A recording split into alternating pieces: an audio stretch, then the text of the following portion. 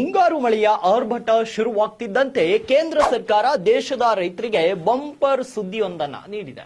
ಕೇಂದ್ರದ ಕ್ಯಾಬಿನೆಟ್ ಸಭೆಯಲ್ಲಿ ಇಂದು ಖಾರಿಫ್ ಹಂಗಾಮಿನ ಬೆಳೆಗಳಿಗೆ ಎಂಎಸ್ಪಿ ಅಂದ್ರೆ ಕನಿಷ್ಠ ಬೆಂಬಲ ಬೆಲೆ ಹೆಚ್ಚಳಕ್ಕೆ ಒಪ್ಪಿಗೆಯನ್ನ ನೀಡಿದೆ. ಕನಿಷ್ಠ ಬೆಂಬಲ ಬೆಲೆ ಏರಿಕೆ ಎಷ್ಟು ಅಂತ ನೋಡೋದಾದ್ರೆ ಭತ್ತ ಕ್ವಿಂಟಾಲ್ಗೆ 2,369 ರೂಪಾಯಿ, ರಾಗಿ ಕ್ವಿಂಟಾಲ್ಗೆ 4,886 ರೂಪಾಯಿ ಏರಿಕೆ ಮತ್ತು ಜೋಳ ಪ್ರತಿ ಕ್ವಿಂಟಾಲ್ಗೆ 2,400 ರೂಪಾಯಿ ಮತ್ತು ತೊಗರಿ 8,000 ರೂಪಾಯಿ, ಮೀಡಿಯಂ ಹತ್ತಿ 7,710 ರೂಪಾಯಿ, ಲಾಂಗ್ ಹತ್ತಿ 8,110 ರೂಪಾಯಿ, ಹೆಸರು ಬೇಳೆ 7,800 ರೂಪಾಯಿ ಮತ್ತು ಹೆಸರು ಕಾಳು 8,768 ರೂಪಾಯಿ, ಶೇಂಗಾ ಕನಿಷ್ಠ ಬೆಂಬಲ ಬೆಲೆ ಕ್ವಿಂಟಾಲ್ಗೆ 7,263 ರೂಪಾಯಿ, ಸೂರ್ಯಕಾಂತಿ ಬೀಜ ಪ್ರತಿ ಕ್ವಿಂಟಾಲ್ಗೆ 7,721 ರೂಪಾಯಿ, ಸಾಸಿವೆ 9,846 ರೂಪಾಯಿಗೆ ಏರಿಕೆಯನ್ನ ಮಾಡಲಾಗಿದೆ. ಅದಕ್ಕಾಗಿ ರೈತರಾಗಿರುವಂತಹ ನಿಮ್ಮವರಿಗೆ ಈ ವಿಡಿಯೋವನ್ನ ಶೇರ್ ಮಾಡೋದನ್ನ ಮರಿಬೇಡಿ.